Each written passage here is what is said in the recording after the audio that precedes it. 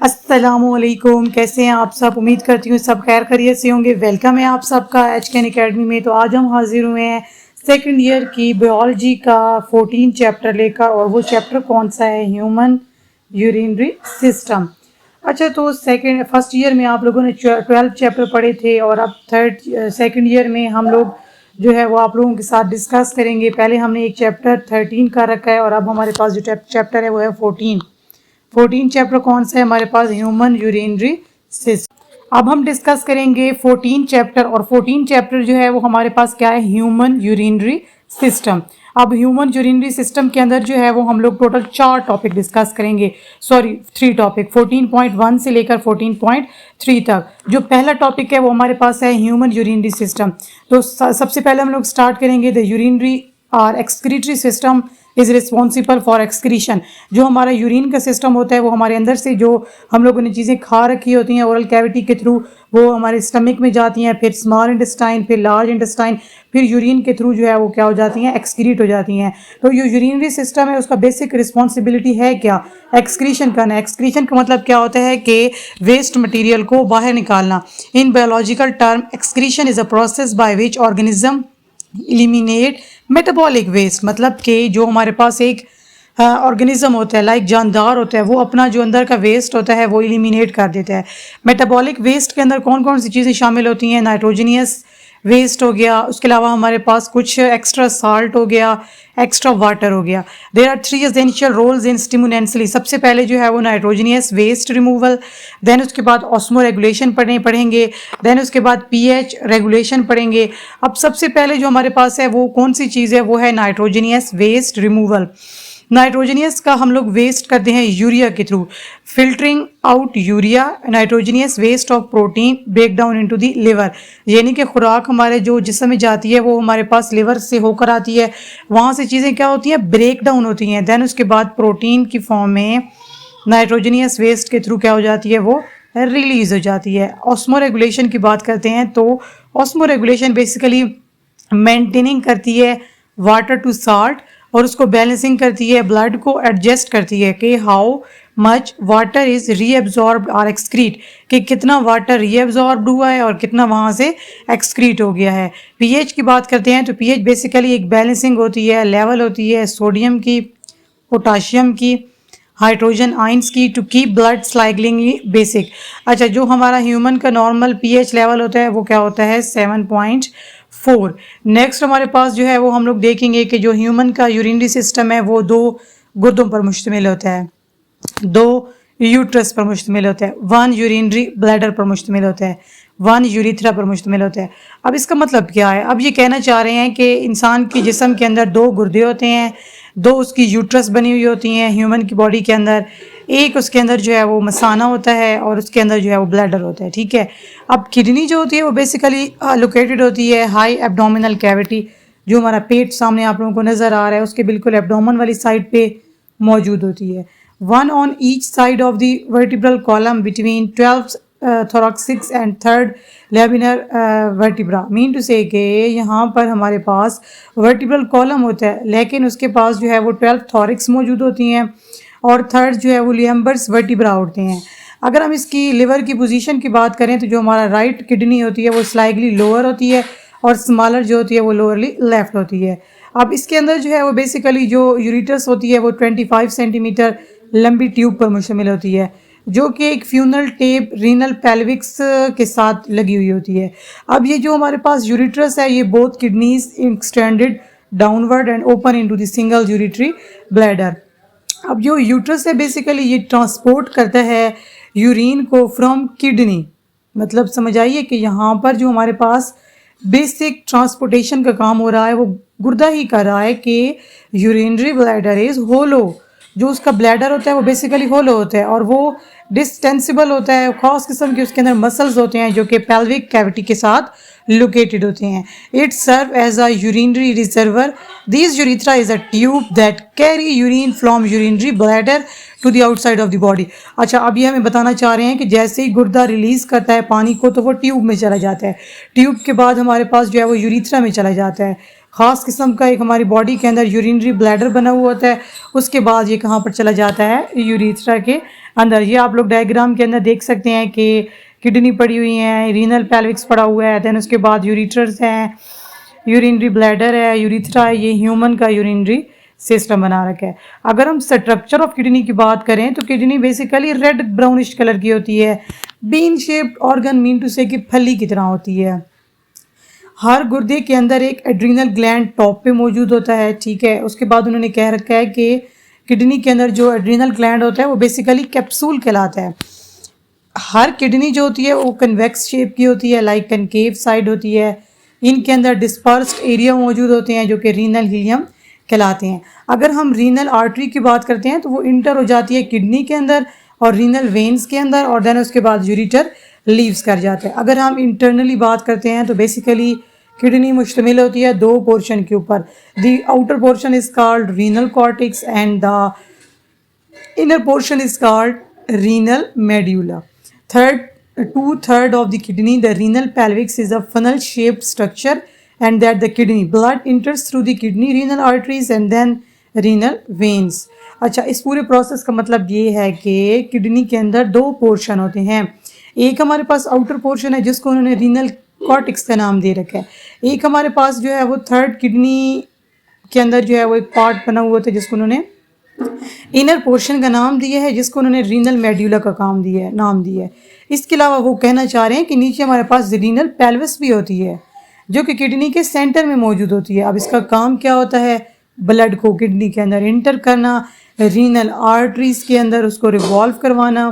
अब ये जो रीनल मेड्यूला है ना, ये फर्दर जो है वो कोन शेप्ड रीनल पायरामिड पर मुश्तमिल होता है। ये यूरिन बेसिकली कलेक्ट करती है रीनल पेल्विस से, देन उसके बाद जो है वो किडनी जो है वो इंटर हो जाती है यूरिथ्रा के अंदर। अच्छा, अब ये आप लोग किडनी देख सकते हैं, बड़ी कहते हैं कि ह्यूमन की बॉडी के अंदर ना एक खूबसूरत अगर पार्ट है तो वो है किडनी, क्योंकि किडनी जो है ना उसके अंदर एक फ्लावर्स लाइक एक गुच्छों की तरह स्ट्रक्चर बना हुआ होता है। अच्छा, अब आप इस किडनी के स्ट्रक्चर को देखें, इसके अंदर बेसिकली ऊपर वाली जो लेयर है वो क्या कहलाती है? Renal cortex. अच्छा, तो इसके अंदर एक और दरमियान वाला पार्ट कहलाता है रीनल मेड्यूला। बिल्कुल मिडल वाला पार्ट जो है वो, इसके अलावा जो थर्ड पार्ट है वो रीनल पायरामिड्स कहलाता है। अच्छा, इसके स्ट्रक्चर की बात करते हैं तो structure of nephrons, each kidney contain about 1 million microscopic tubular system that is called nephron. यानी कि एक गुर्दे के अंदर तकरीबन एक जो है वो मिलियन माइक्रोस्कोपिक ट्यूब्यूलर स्ट्रक्चर मौजूद होता है जो कि यूनिट्स ऑफ किडनी पर मुश्तमिल होता है। अच्छा, नेफ्रॉन्स के अंदर दो मेन पोर्शन होते हैं, renal capsule and renal tubules.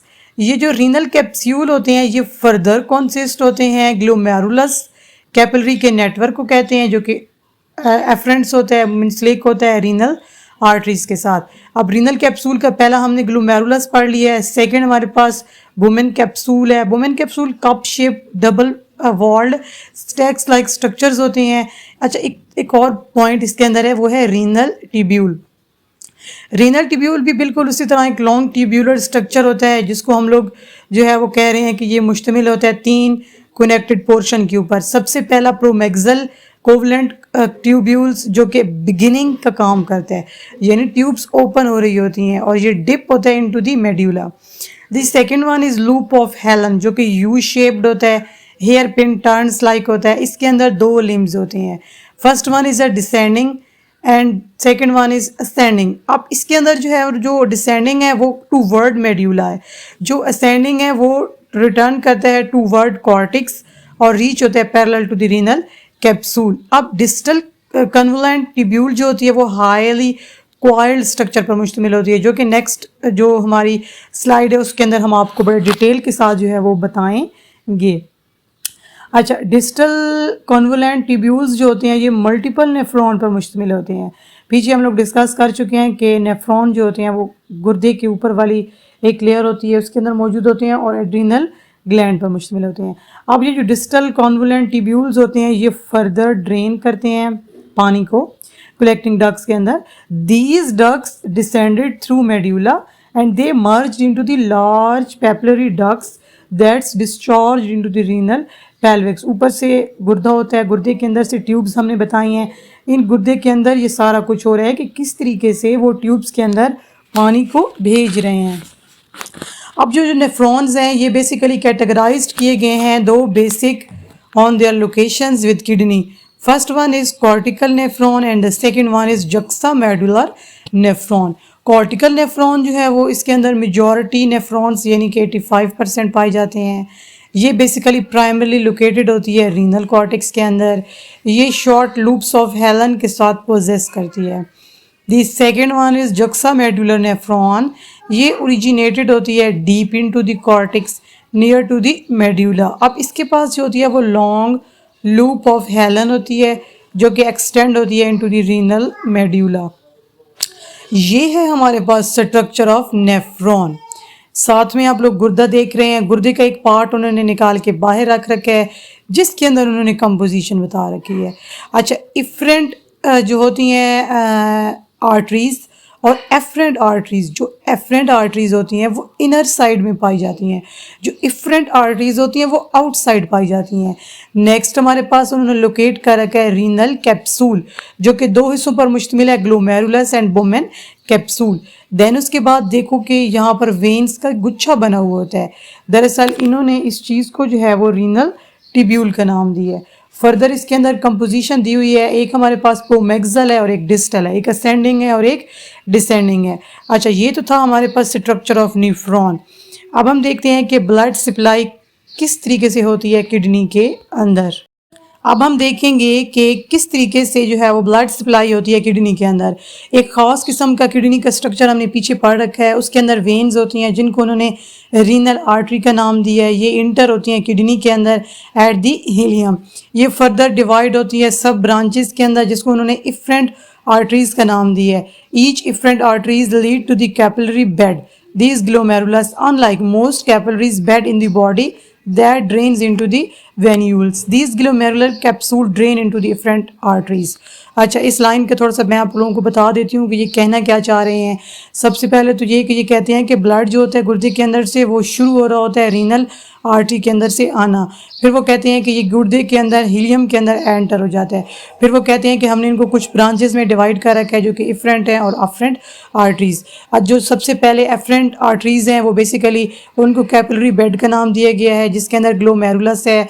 अब इसके अंदर जो कैपिलरीज होती हैं वो बेसिकली ड्रेन कर देती हैं इनटू द इफरेंट आर्टरीज. अब इफरेंट क्या है? ये भी ब्रांचेस होती हैं जो कि प्री ट्यूब्यूलर कैपिलरीज के साथ मुंसलिक होती हैं. ये कैपिलरीज जो होती हैं वो ख़ास किस्म के जाल की तरफ मुश्तमिल होती हैं जो इसको उन्होंने कहा है कि ये प्रोमैक्सियल और डिस्टल जो है वो कन्वोलेंट ट्यूब्यूल्स कहा गया है. इन्होंने कहा है कि वाइस वर्सा यानी कि ये अपना ब्लड जो है वो कभी बैक कर देती हैं कभी इंटर कर देती हैं. अगर हमने एक्सचेंज मटेरियल की बात की है तो ये कैपिलरीज जो होती हैं वो कन्वर्ज कर देती हैं इनटू द वेन्यूल्स और ये वेन्यूल्स मर्ज्ड होते हैं लार्ज वेन्स के अंदर. ये वेन्स जो होती हैं वो किडनी के अंदर मौजूद होती हैं, हीलियम को ड्रेन करती हैं, फिर उसके बाद इसको रिटर्न करती हैं और ब्लड को क्लीन करके कहाँ तक पहुँचाती हैं? हार्ट की तरफ. तो ये कहना ये चाह रहे हैं कि here it return the filter clean blood to the heart. अच्छा, एक किडनी जो होती है वो वैकुलाइज्ड होती है ऑर्गन है. ये जो है वो 20 to 25% टोटल कार्डियक आउटपुट को जो है वो रिसीव कर रही है. फंक्शनिंग ऑफ किडनी की बात करते हैं तो सबसे पहला किडनी का फंक्शन देखेंगे ग्लोमेरुलस फिल्ट्रेशन. ये बेसिकली कुछ स्टेप्स होते हैं जिसके अंदर जो है वो यूरिन फिजिकली प्रोसेस होता है. ग्लोमेरुलर फिल्ट्रेशन का नाम दिया. दूसरे लफ्ज़ों में अगर वो आप लोगों से दो नंबर का क्वेश्चन पूछ लें कि अल्ट्रा फिल्ट्रेशन क्या होती है तो वो इसी के अंदर ही आएगा. ये फिजिकल प्रोसेस होता है जिसको उन्होंने कह रखा है अल्ट्रा फिल्ट्रेशन. जो इफरेंट आर्टरीज होती हैं वो नैरो होती हैं देन एफरेंट आर्टरीज के. इनके अंदर ब्लड का प्रेशर ज़्यादा हो जाता है. फिर उसके बाद उन्होंने कहा है कि ये फोर्स करती हैं वाटर को, यूरिया को, ग्लूकोज को, अमाइनो एसिड को, कुछ वाइटामिन को जिनके अंदर कुछ सोडियम हो गया, क्लोरीन हो गया, पोटाशियम हो गया टू द बोमेन कैप्सूल. उन्होंने कहा है कि जो ग्लोमेरुलस फिल्ट्रेशन है उसके अंदर 50% फ्लूइड पोर्शन ब्लड फिल्टर करता है बोमेन कैप्सूल की तरफ, फिर वो जाता है ग्लोमेरुलर फिल्ट्रेट की तरफ. अच्छा, ये प्रोसेस सारा उन्होंने यूरिन का बता रखा है कि किस तरीके से यूरिन पास आउट होता है और किस तरीके से जो है वो ब्लड स्ट्रक्चर वहाँ पर रिमेन रहता है. नेक्स्ट हमारे पास जो है वो है सिलेक्टिव रीअब्जॉर्प्शन. लाजमी बात है ग्लोमेरुलस फिल्ट्रेशन के बाद वेस्ट जो होता है वो वहाँ पर बाकी रहता है तो वो अपने अंदर किडनी उसको स्टोर नहीं कर सकती. तो वो एट द एंड क्या करता है, उसको ट्रांसपोर्ट कर देता है back to the tubules, then वो यूरिन की फॉर्म में रिलीज हो जाता है। अब 75% जो वाटर होता है वो फिल्टर होके कैपिलरीज की तरफ और ऑस्मोटिक की तरफ चला जाता है। कुछ हिस्सा इसका बाकी रह जाता है जो कि मूव करता रहता है। वाटर इसको असेंडिंग लूप्स में भी एब्जॉर्ब करती हैं और कुछ जो होती हैं वो असेंडिंग में और कुछ डिसेंडिंग में। अब जो असेंडिंग लिम्ब्स होती हैं वो बेसिकली इम्परमिएबल होते हैं to the water but actively transport salt and these water and salt absorb from distal convoluted tubules. अब ट्यूब्यूलर सेक्रीशन क्या होती है? ट्यूब्यूलर सेक्रीशन एक ऑपोजिट वर्ड है to the absorption in this process. अब अगर हम इसके अंदर नेक्स्ट जो पॉइंट देखते हैं तो वो ये है कि ट्यूब्यूलर सेक्रीशन किस तरीके से होती है। Tubular secretion is opposites to the reabsorption, यानी कि अगर कोई चीज़ जज़ब हो रही है तो ठीक है, लेकिन सेक्रीशन का मतलब ये होता है कि वो बिल्कुल यूरिन के थ्रू बाहर निकल रही है। इनके अंदर ना ख़ास किस्म के एपिथेलियल सेल्स होते हैं जो कि डिस्टल कॉन्वोलेंट ट्यूब्यूल के साथ मिले हुए होते हैं, ब्लड की सेक्रीशन करते हैं, फिर उनको जो है वो फिल्टर करते हैं। अब जो सेक्रेटेड सब्सटेंसेस होते हैं उनके अंदर हाइड्रोजन के आयंस भी होते हैं, अमोनिया भी होता है, पोटाशियम आयंस भी होते हैं, कुछ मेटाबॉलिक टॉक्सिन भी होते हैं। अगर हम ट्यूब्यूलर सेक्रीशन हाइड्रोजन आयंस की बात करते हैं तो किडनी इसके अंदर मेंटेन करती है एसिड बेस बैलेंस को ऑफ द ब्लड को। अच्छा, तो नेक्स्ट हमारे पास ये है कि जब यूरिन जो होता है वो ब्लैडर में आ गया है, अब वो एलिमिनेट कैसे होगा? सिंपल एलिमिनेशन हम लोग डिस्कस करेंगे। कलेक्टिंग डक्ट्स के अंदर पेल्विस होता है, ये यूरिथर्स के अंदर यूरिन को ब्लड के अंदर लेके आते हैं, यूरिनरी ब्लैडर के अंदर, फिर मसल्स की कॉन्ट्रैक्शन होती है, ब्लड फोर्सेस के अंदर urine out to the body. अब ये नॉर्मल अडल्ट जो होता है वो 1 से 2 लीटर यूरिन को एक दिन के अंदर एलिमिनेट कर सकता है। ये MCQs भी पूछा जा सकता है। अच्छा, ये जो हमारे पास मोर वाटर हाइड्रेटेड फ्लूइड है, जब हमारी बॉडी कंज्यूम करती है तो हाई साल्ट भी उसके अंदर ट्रिगर होते हैं, यानी कि बाहर निकलते हैं। फिजिकल एक्सरसाइज से बहुत ज़्यादा वाटर लॉस होता है, रिस्पायरेशन के थ्रू, प्रिस्पिरेशन के थ्रू जनरली ये डिक्रीज़ कर देता है यूरिन के वॉल्यूम को। जो पीछे हम लोगों ने स्ट्रक्चर पढ़ा था वो सेम टू सेम इसी तरह का ही था कि किस तरीके से हम लोग जो है वो यूरिन को देखते हैं, किस तरीके से ब्लड उसके अंदर से और यूरिन जो होता है वो किस तरीके से यूरिन निकलता है। अच्छा, यहाँ पर जो है ना उन्होंने कहा है कि रेगुलेशन ऑफ यूरिन कंसनट्रेशन, तो बेसिकली काउंटर करंट मैकेनिज्म हम लोग देखेंगे। इसके अंदर रीअब्जॉर्प्शन होगी वाटर की लूप ऑफ हेलन के थ्रू, कलेक्टिंग डक्ट के थ्रू नेफ्रॉन क्रिएट करेगा to maintain higher concentration of salt like NaCl। हम इस पूरे प्रोसेस को कह रहे हैं काउंटर करंट मैकेनिज्म। जो डिसेंडिंग लिम्स होंगी वो परमिएबल होंगी to the water but not to the salt, ठीक है। अब असेंडिंग लिम्स क्या करेंगी, वो इम्परमिएबल होंगी। अगर हम डिसेंडिंग लिम्स की बात करते हैं तो वो वाटर को अपने अंदर ले लेंगी लेकिन साल्ट को नहीं, साल्ट को अपने अंदर जमा करती रहेंगी। नेक्स्ट हमारे पास है असेंडिंग लिम्स, ये इम्परमिएबल हैं वाटर को बट एक्टिविटीवली साल्ट को ट्रांसपोर्ट करेंगी ट्यूब्यूल्स के अंदर। अब फिल्टर किया हुआ जो है ना फ्लो वो डिसेंडिंग लिम्ब में जाएगा, फिर अब्जॉर्ब होगा, फिर उसको जो है वो साल्ट को सराउंड करेगा। ये तो हमारे पास काउंटर करंट मैकेनिज़्म। कुछ हार्मोनल कंट्रोल होते हैं किडनी फंक्शन के, एंटी ड्यूरेटिक हार्मोन, ये हार्मोन बेसिकली हाइपोथैलेमस प्रोड्यूस करवाता है और सिक्रीट करवाता है पिट्यूटरी पोस्टीरियर पिट्यूटरी ग्लैंड को।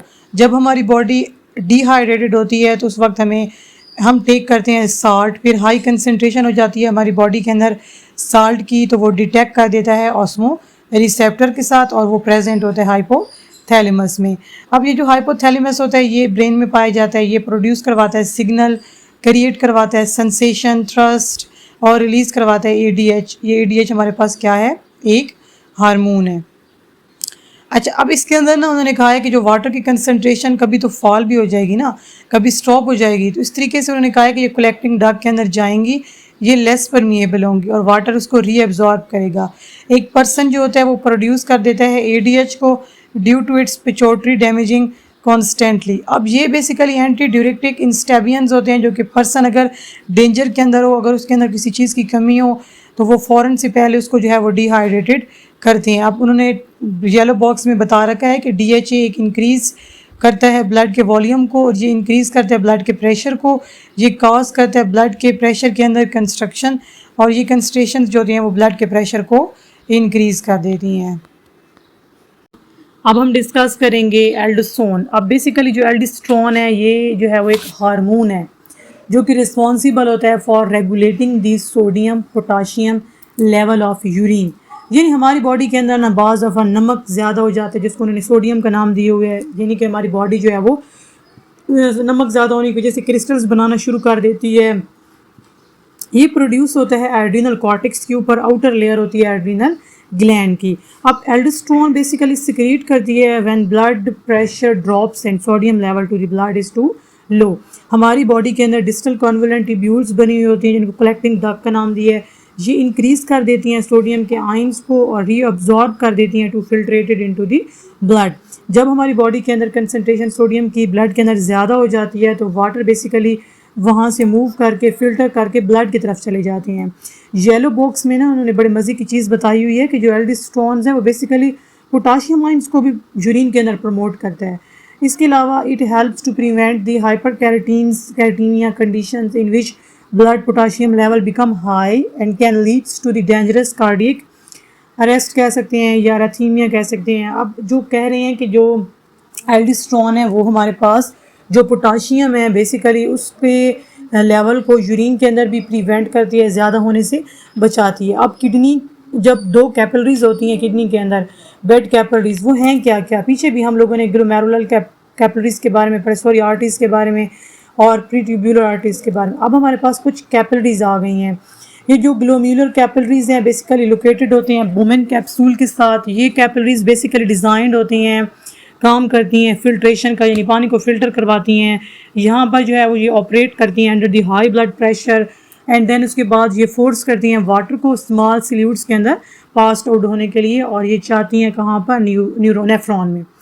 अच्छा, तो नेक्स्ट हमारे पास क्या है, पेरीट्यूब्यूलर कैपिलरीज। बेसिकली पेरीट्यूब्यूलर कैपिलरीज जो होती हैं ये रीएब्जॉर्प्शन का काम करती हैं और सेक्रीशन का काम करती हैं। ये ऑपरेट होती हैं लो हाइड्रोस्टैटिक प्रेशर के साथ और ये पुल्ड करती हैं एसेंशियल न्यूट्रिएंट। ये वाटर जो होता है वो बैक चला जाता है ब्लड स्ट्रीम्स फ्रॉम ट्यूब्यूल्स में और ये जो है वो सिक्रीट करते हैं specific toxin to the tubules. अब हमारे पास कुछ डिसऑर्डर आ जाते हैं यूरिनरी ट्रैक्स के, मतलब कि अगर आप लोगों को किडनी स्टोन हो रही हैं तो लाजमी बात नहीं है कि वहाँ पर आपको किडनी का डिजीज़ हो, लेकिन किडनी का डिजीज़ हो और आपको किडनी स्टोन होना ये भी लाजमी बात नहीं है।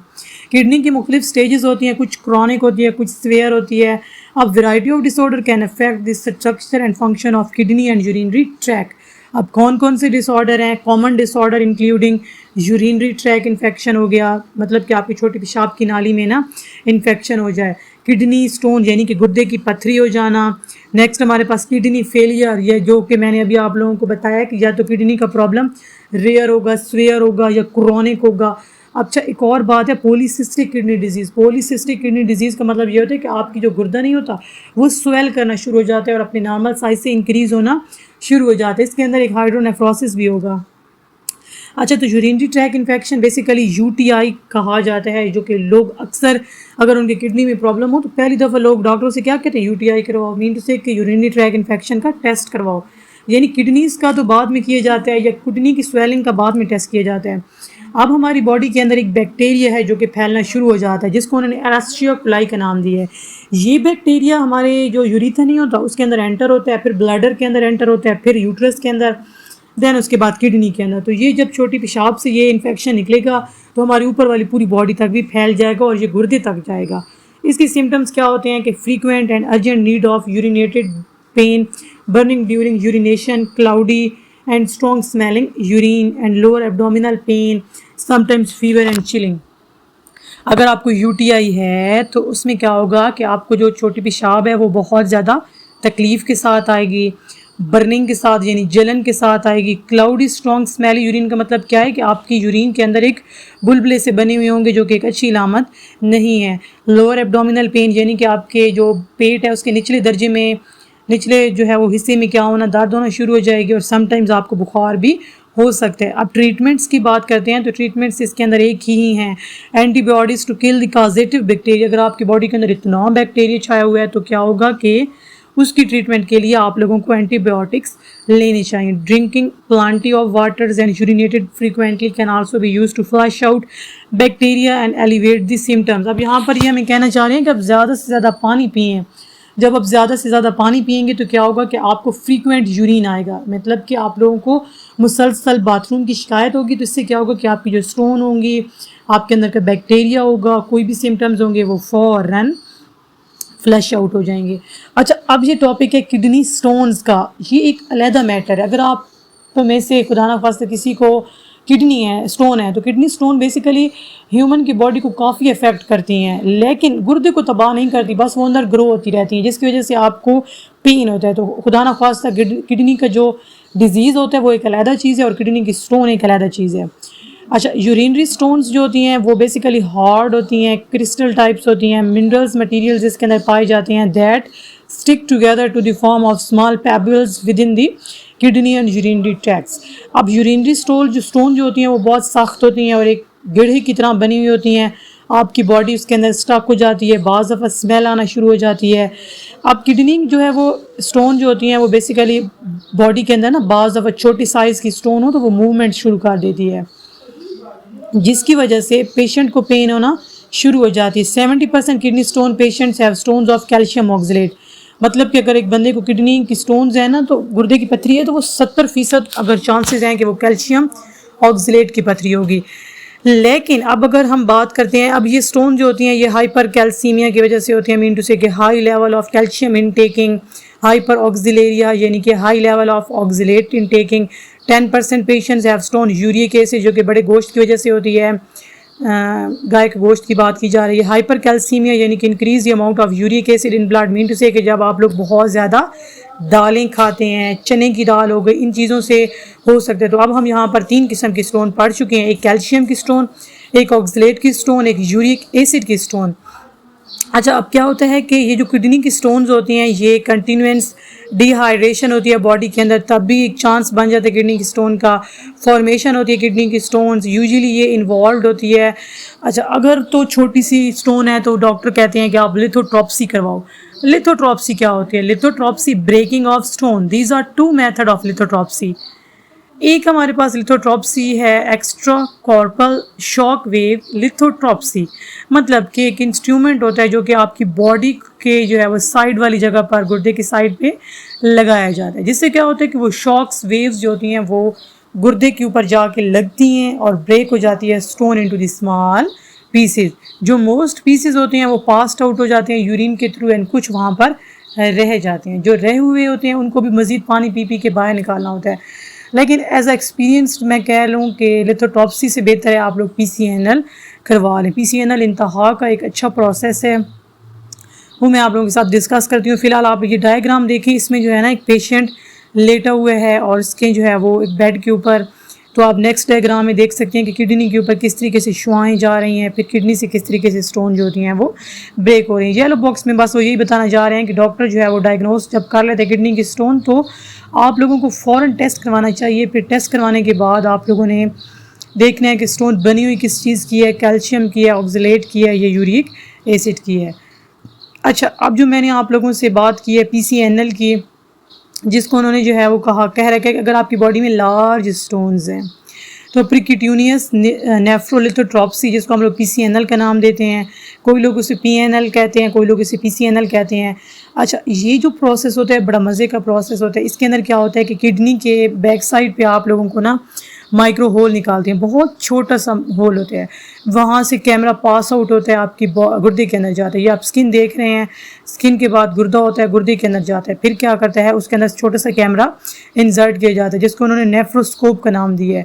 अब नेफ्रोस्कोप जो होता है वो बेसिकली जैसे ही इंसर्ट होता है बॉडी के अंदर तो वो स्टोन को विजुलाइज करना शुरू कर देता है। विजुलाइज का मतलब यही होता है कि वो देखना शुरू कर देता है।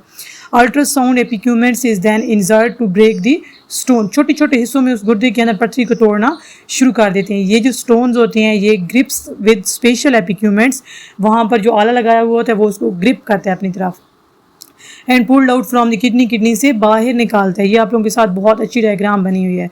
किडनी फेलियर के जो है वो हम लोगों ने कुछ प्रोसेस पढ़ने हैं, बस आप लोगों ने इस पैराग्राफ में कुछ ऐसा खास करना नहीं है। बस आपने ये देखना है कि क्रोनिक किडनी फेलियर क्या होता है जो कि लॉन्गर पीरियड होती है और ये इरिवर्सिबल है, जिसमें क्या होता है इन्फेक्शन होती है और इन्फ्लेमेशन होती है। एक्यूट किडनी फेलियर की बात करते हैं तो ये सडनली आपके जो बॉडी के अंदर रिजॉल्व होना शुरू हो जाती है। एक रीनल डायलिसिस है, ये ऐसा ट्रीटमेंट है जिसके अंदर रीनल फेलियर हो जाता है। अब जो मेन टॉपिक है वो क्या है, हीमोडायलिसिस। हीमोडायलिसिस में क्या होता है कि ये एक हीमोडायलिसिस ऐसा प्रोसेस है कि वेस्ट यहाँ पर रिमूव्ड होता है by circulating the blood outside the body through the equipments that is called dialyzer. Human के बॉडी के अंदर जितना भी ब्लड होता है सर्कुलेट हो रहा होता है वहाँ से हम उसको रिमूव कर देते हैं। ये जो हीमोडायलाइज़र है ये बेसिकली ऐसा इक्विपमेंट्स है जो कि फ़िल्टर करते हैं पहले उसको, फिर उसके बाद ये सेमी परमिएबल मेन मेम्ब्रेन यानी कि सेलुलोज के बने हुए होते हैं। ये एक ऐसा ट्रीटमेंट होता है जिसके अंदर कैथर्ड इंसर्ट होता है इनटू द आर्टरीज, और ये जो है वो यूजुअली आर्म्स के अंदर पाया जाता है। ब्लड बेसिकली यहाँ पर सर्कुलेट करता है, तो डायलाइज़र जो होता है वो उसे एक स्पेशल फ्लूइड्स की फॉर्म में बाहर निकालना शुरू कर देता है जिसको उन्होंने डायलाइजेट का नाम दिया है। अगर हम ब्लड पासिस की बात करते हैं तो ये जो है वो ट्रैक करता है वेस्टेज को, वाटर को और साल्ट को। देन उसके बाद जो है वो ये क्लीन करता है ब्लड को, देन रिटर्न कर देता है बॉडी को through second catheters to the insert into the vein. यानी सारा प्रोसेस यहाँ पर रगों का है। ये डायग्राम बनी हुई है जिसके अंदर ह्यूमन की बॉडी है, उसके जो हाथ दिखाया गया है जिसके अंदर से ब्लड एक जगह से निकाला जा रहा है और उसी ब्लड की वेन के अंदर दूसरी तरफ से वहाँ से उसको फिल्टर किया जाता है। नेक्स्ट हमारे पास जो है वो पेरिटोनल डायलिसिस है। पेरिटोनल डायलिसिस जो है वो एक ऐसी मेम्ब्रेन होती है, लाइनिंग होती है जो कि एब्डोमिनल कैविटी के अंदर पाई जाती है। ये एक 1.5 से 2 लीटर डायलिसिस का काम करते हैं जो कि फ्यूज्ड होते हैं पेशेंट की पेट के अंदर। अब ये जो डायलाइज़र होता है लेफ्ट किडनी के अंदर 4 to 6 आवर्स में इसको करता है और जो वेस्ट प्रोडक्ट होता है एक्सेस फ्लूइड होता है उसको कैपिलरीज के जरिए पास आउट कर देते हैं। अब ये जो डायलाइसिस होती है ये ड्रेन्ड करते हैं एब्डोमेन से, देन उसके बाद रिपीट किया जाता है ये प्रोसेस सेवरल टाइम। अगर हम इसकी प्रॉब्लम्स की बात करते हैं तो पहला इसका प्रॉब्लम ये है कि जो डायलाइसिस होती है ये रिस्क इन्फेक्शन का बढ़ा देते हैं। दूसरा ये ब्लड प्रेशर को लो कर देते हैं। तीसरा हमारे पास ये है कि ये डायलाइसिस जो होती है वो चेंज कर देती है साल्ट के लेवल को।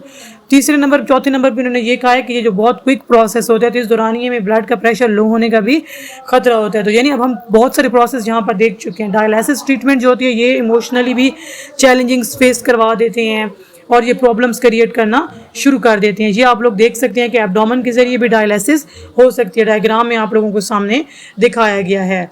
अच्छा, अब जो हम लोग डिस्कस करने जा रहे हैं वो बहुत ज़्यादा इंपॉर्टेंट टॉपिक है और वो है किडनी ट्रांसप्लांट। यानी कि हम लोग किडनी को ट्रांसप्लांट किस तरीके से करते हैं। तो किडनी ट्रांसप्लांट जो है वो होती है एक सर्जिकल प्रोसीजर से, in which a person's non functioning kidney is replaced with a healthy kidney from a donor. तो कहने का मतलब ये है कि ये किडनी की ट्रांसप्लांटेशन का प्रोसेस एक सर्जिकल प्रोसेस है। इसके अंदर क्या होता है कि एक जो हेल्दी पर्सन होता है उसके अंदर से किडनी निकाल कर जो कि एक अनहेल्दी पर्सन होता है किडनी का, तो उसको जो है उसके अंदर ट्रांसप्लांट किया जाता है। अब इसमें होता क्या है, this treatment is offer to individual with end stage kidney failure. जब एक बंदे की किडनी का फेलियर बिल्कुल एंड स्टेज पर आ जाता है तो उस वक्त जो है वो ये ट्रीटमेंट ऑफर किया जाता है। अदरवाइज डॉक्टर जो है वो रिकमेंड करते हैं कि आप इसी जो है वो गुर्दे के साथ गुजारा करें। लेकिन जब बहुत ज़्यादा प्रॉब्लम्स क्रिएट होना शुरू हो जाती हैं कि यूरिन रुक जाता है और मसाइल खड़े हो जाते हैं तो फिर क्या होता है कि डॉक्टर रिकमेंड करता है kidney transplant process a careful evaluation matching monitoring to ensure the best result for both kidney recipient and donor. यानी ये कहना चाह रहे हैं कि अगर आप किसी से किडनी ले रहे हो, ठीक है, तो आप उसके अंदर कौन कौन सी चीज़ें जो है वो चेक करते हैं। आप ख़ास तरीके से उसको जो है वो मैच करवाओ कि क्या डोनर का किडनी जो है वो एक नॉर्मल पर्सन के साथ जो है वो मिल रहा है कि नहीं मिल रहा। आप potential donor for a kidney transplant, तो ये हमारे पास 3 किस्म के होते हैं। बड़ा इंपॉर्टेंट टॉपिक है। रिलेटेड डोनर हो गया, अनरिलेटेड डोनर हो गया और डिक्रीज्ड डोनर हो गया।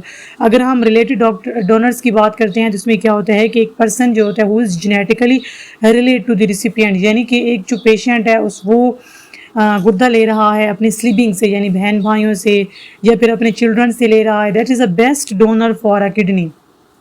अनरिलेटेड डोनर की बात करते हैं तो अनरिलेटेड डोनर का मतलब होता है these donor can not be genetically related to the recipient such as sponsors हो गया, फ्रेंड्स हो गया, को वर्कर्स हो गया। यानी कि हम किसी ऐसे बंदे से किडनी लेने जा रहे हैं जो कि हमारा दोस्त अहबाब में से है या फिर हमारा कोई कुलीग्स वगैरह हैं, ठीक है, तो ये जो हमारे पास लेस कॉमन डोनेशन होती है but still successful if the donor and recipient blood group and tissue type is match. अगर हम बात करते हैं डिक्रीज्ड डोनर की तो many peoples registered with hospital for donation, mean to say कि अगर वो गुर्दा अपना बेचना चाह रहे हैं तो वो उसके बदले में क्या लेंगे, पैसे लेंगे of their organs after their death. या फिर बाज़ दफ़ा ऐसा होता है कि कोई बंदे अपने मरने से पहले अपनी चीज़ें जो है वो डोनेट करके जाते हैं। These organ including kidney can be donated to the individual in need of transplant. अब जो डिक्रीज डोनर होते हैं ये बेसिकली किडनी को केयरफुली मैच्ड करते हैं on the basis of blood, tissue type, immune system capability. अच्छा, जो हमने बात किया ब्लड ग्रुप की और टिश्यू टाइप की, ये तो हमें पता है कि ब्लड का ग्रुप मैच होना चाहिए और कुछ सैंपल्स लेते हैं कैरोटीन्स के कि वो उसके टिश्यूज़ के साथ मैच कर रहे हैं कि नहीं। अब थर्ड एक उन्होंने बात कर रही कि इम्यून सिस्टम कैपेबिलिटी, मतलब कि अगर एक 40 साल बंदा अपनी किडनी डोनेट करके दे रहा है तो उसको अगर हम लोग 25 से 20 साल के उम्र के बंदे को लगा रहे हैं तो इट्स ओके, लेकिन अगर हम लोग 60 साल वाले बंदे की किडनी जो है वो हम लोग 25 साल वाले को लगा रहे हैं तो दैट इज़ इनकम्पैटिबल। तो ये चीज़ भी आप लोगों को वहाँ पर देखनी चाहिए। अब यहाँ पर येलो बॉक्स में लिखा हुआ है कि kidney donation can be life saving. हमें ओवरऑल बताना चाह रहे हैं कि अगर आपके पास दोनों किडनीज हेल्दी हैं तो आप जो है वो अपनी किडनी को ट्रांसप्लांट कर सकते हैं। Donating kidney does not have significant long term health risk for the donor. अब किडनी डोनर्स जो होते हैं वो जनरली एक्सपीरियंस किए गए हैं कि बाज़ ऑफ नेगेटिव इम्पैक्ट डालता है उसकी ओवरऑल हेल्थ के ऊपर। अच्छा, अब पाकिस्तान जो है वो फर्स्ट किडनी ट्रांसप्लांट सेंटर जो है वो इस्टेब्लिश हुआ था सिंध के अंदर, यूरोलॉजी एंड ट्रांसप्लांटेशन इन कराची। अगर हम लार्ज और most successful transplanted centre world की बात करते हैं तो वो बेसिकली जो है वो kidney, Pakistan kidney liver and institution and research centre है, वाज एस्टेब्लिश्ड इन 2017। अब ये जो है वो हमारे पास टर्शरी केयर हॉस्पिटल में है, लोकेटेड होता है लाहौर के अंदर। अब it was established to address the massive national crisis in kidney and liver disease. तो अब जितनी भी हमारे पास दो बताई गई हैं जगहें जहाँ पर जो है वो किडनी ट्रांसप्लांटेशन होती है। अब कुछ प्रॉब्लम्स एसोसिएट होते हैं जब एक बंदा दूसरे बंदे को किडनी देता है तो क्या क्या होता है। रिसिपिएंट इम्यून सिस्टम में recognise the transplanted kidney is a foreign object and attack. अगर तो आप किसी बंदे की किडनी ले रहे हो तो वहाँ पर जो है वो आप लोग ये चेक करवाओ कि आया नेक्स्ट जो बंदा जो हमें किडनी दे रहा है कि क्या वो हेल्दी है कि नहीं। तो अब क्या होगा कि ये जो फॉरिजन ऑब्जेक्ट्स होते हैं वहाँ से वो उसके ऊपर अटैक कर सकता है। डिजीज़ की बात की जा रही है। तो इस दौरानिए में क्या होता है, this can occur even if the patient is taking immunosuppressant medication to prevent rejections. ठीक है, तो यहाँ पर कुछ उसको मेडिसिन दी जाती हैं। एक और प्रॉब्लम बता रखी है कि patients were are suppressed immune system at higher risk of developing infection after transplant. बाज़ दफ़ा क्या होता है कि जब हम किडनी ट्रांसप्लांट कर लेते हैं तो अगले बॉडी की नेक्स्ट बंदे क्या है जो डोनर होता है वो नहीं, जो रिसिपिएंट होता है या उनके ना अंदर एक इन्फेक्शंस क्रिएट होने का डर होता है। नेक्स्ट उन्होंने बताया कि recipients are given immunosuppressant medication to prevent organ rejection. जैसे कि हमारे पास मेडिसिन साइड इफ़ेक्ट हो गए, जैसे कि हाई ब्लड प्रेशर हो गया, बाज़ दफ़ा लोगों का वेट गेन हो जाता है या फिर उसके अंदर कैंसर के या इन्फेक्शन का रिस्क जो होता है वो इंक्रीज़ हो जाता है। कुछ हमारे पास जो है वो सेक्शन आ गया है एक्सरसाइज का, मल्टीपल चॉइस क्वेश्चन का। तो पहला MCQ है कि which one of these are not the part of single nephron, तो कलेक्टिंग डक्ट।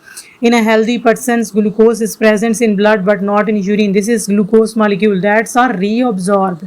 ये भी हम लोग पढ़ चुके हैं। That's reabsorbed from promaxial convoluent tubules to the blood. Next हमारे पास क्या है, the size of molecules are present in Bowman capsule are smaller size of molecule present. तो यहाँ पर हमने एक पढ़ा था efferent renal arteries हो गया। नेक्स्ट हमारे पास क्या, if a drug reduced mitochondrial activity in nephron which chemical is present to increase the amount in urine. तो लाजमी बात है ग्लूकोज है इसके अंदर। The water content of blood is regulated by ADH। Which part of nephron this regulation occur, तो वो हमारे पास कौन सी है, collecting duct. In kidney glucose is reabsorbed into the blood, where does reabsorption occur, तो वो हमारे पास प्रोमैक्सल कन्वोलेंट ट्यूब्यूल्स थी। अगर हम नॉर्मल कंडीशन की बात करते हैं तो which one is completely reabsorbed from renal tubules into the blood, तो वो हमारे पास ग्लूकोज है।